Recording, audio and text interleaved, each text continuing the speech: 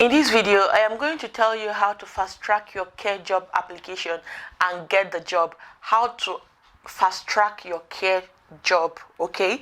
So a lot of people, even on TikTok, they keep telling me that they have been hearing or they have heard a lot about care jobs in the UK, how you can relocate to the UK.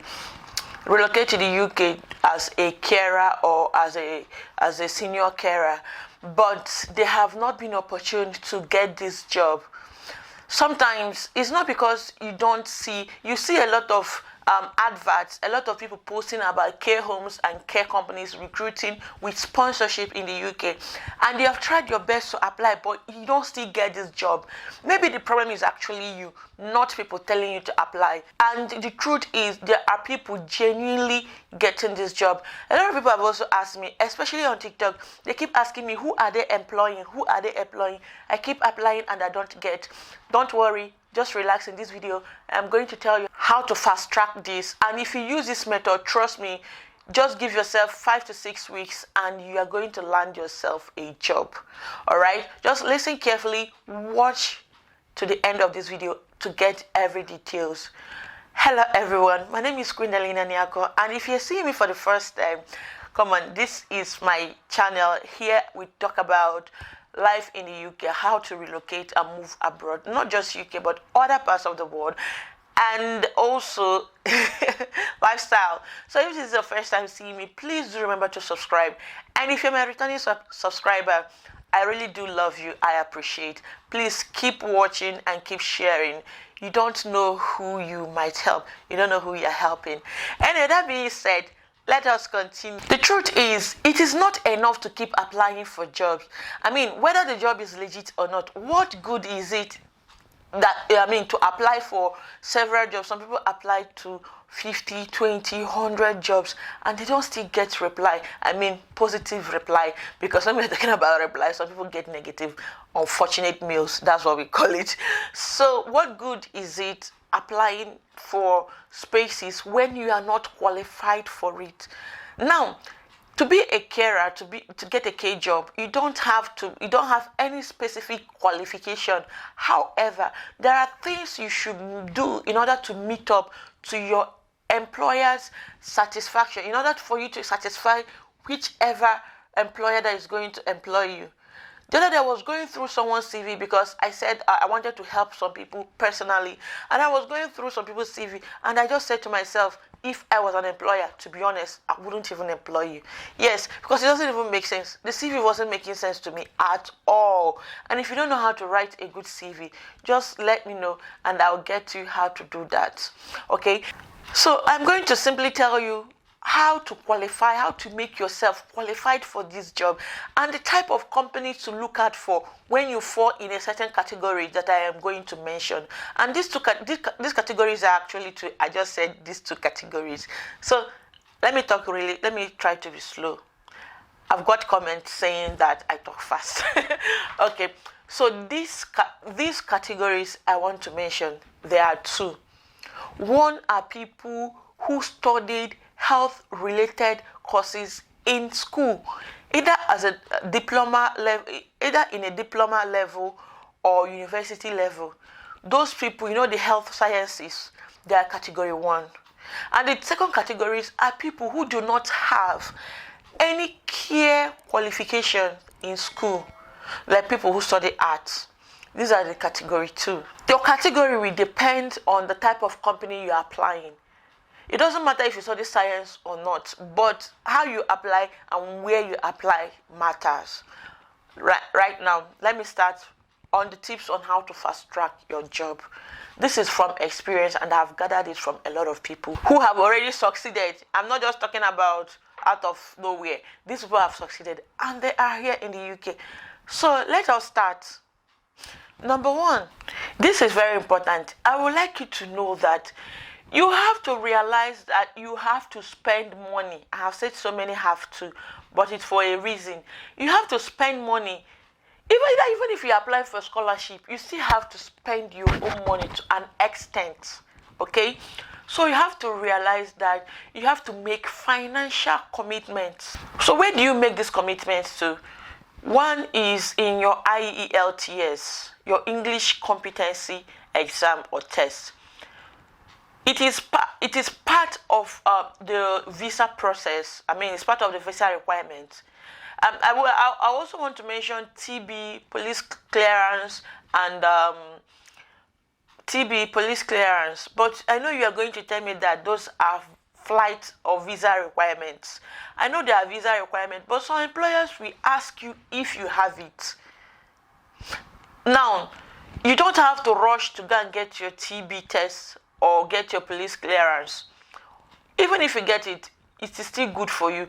I have got job for someone, and the reason they didn't take up that job was because they do not have TB and police clearance. So the employer have to wait for them to go do the TB and all those things. Because the truth is, some employers don't even know that. I mean, when you apply for this, you are going to wait. They just want people, okay? Because they have been in queue waiting for their COS to be available. So you should also realize, even if you don't do the TB test, even if you don't do the police clearance, you should realize that you have to write your IELTS. You may not be successful enough if you keep applying without having your IELTS, because they want to be sure you are competent in speaking English. Most employers, when you go to their website, you are still going to hear, or I say here, you are still going to see where they pointed something about communication. So you just know you have to make some level of commitment. I mean, financial commitment. And number two, you have to go do a diploma course. Go do a care diploma course.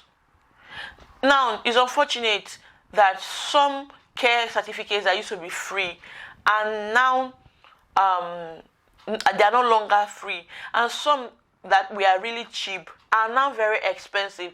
This is because of increase, because you know, when there is increase in demand, I mean, you make profit. So a lot of people have started increasing the fees. Like I know someone who did a course last year. I tried to register the same course for someone this year, just last month, February, and it was £464.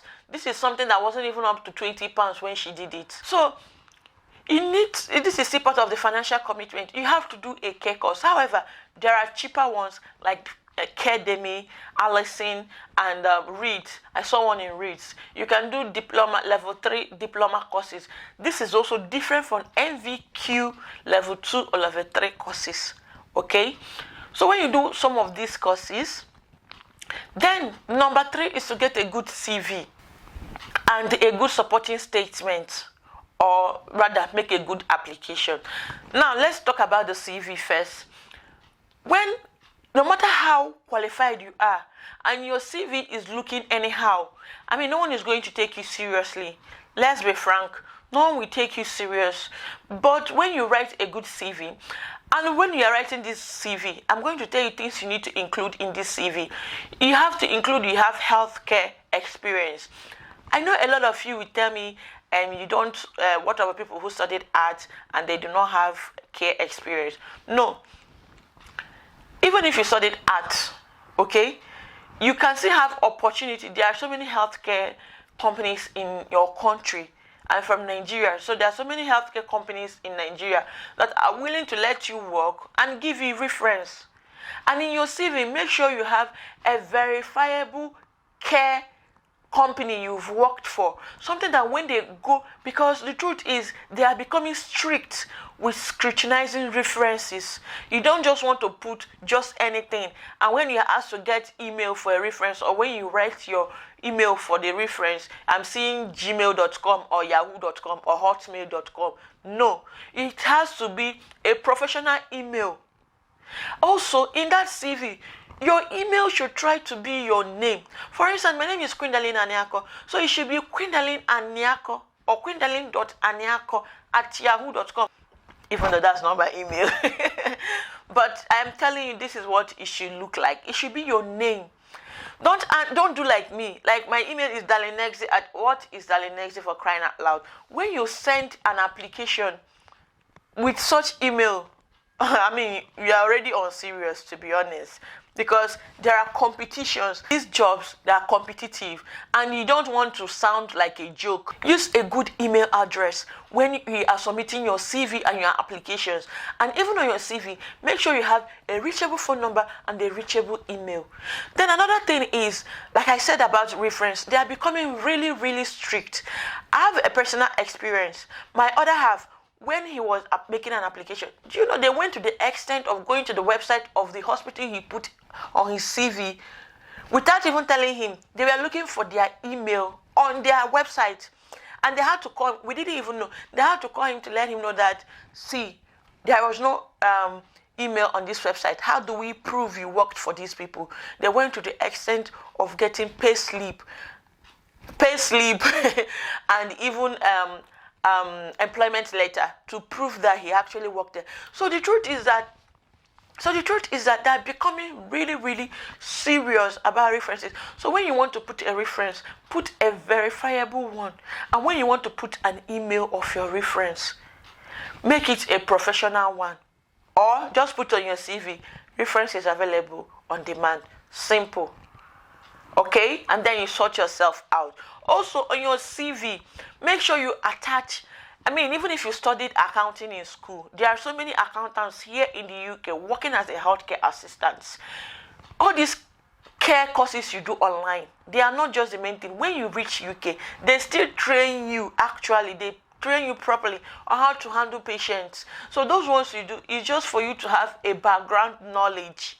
Now, when you on your CV, you have to let them know you did a care course and you have worked in a care setting. How to do that? I mean, you have to talk to me privately for us to do that. Okay, so that being said, this is what your CV should look like, and then you apply. And when you're applying, number 4 is actually to start application. Number 4, start application. When you're applying, go to the website, read about their career, read about their job, read about their employment process, and follow it. Every company has a different. You don't have any business calling the number on the website to ask them, are you recruiting? Are you giving sponsorship? They will only tell you to go to the website and apply. Now, when you go to the website, depending on the website you go to, some people will put the email for recruitment separately from their general inquiry emails. While some people will just tell you, give you a form and tell you to fill. Also, some people will tell you they don't necessarily need experience. So when you are a non-healthcare related individual, let's assume you did just the care course and you have not worked, these are the kind of places you should be looking to apply. Also, some companies will tell you that you will pay. Yes, they will tell you that you should be able to fund or sponsor the cost of them bringing you to the UK. I have a typical example of a care home.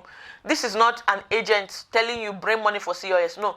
On their website, during the application, they tell you, are you in UK? Are you EU citizen? No, I am not in UK. They're not attached, and I am willing to pay for the processes.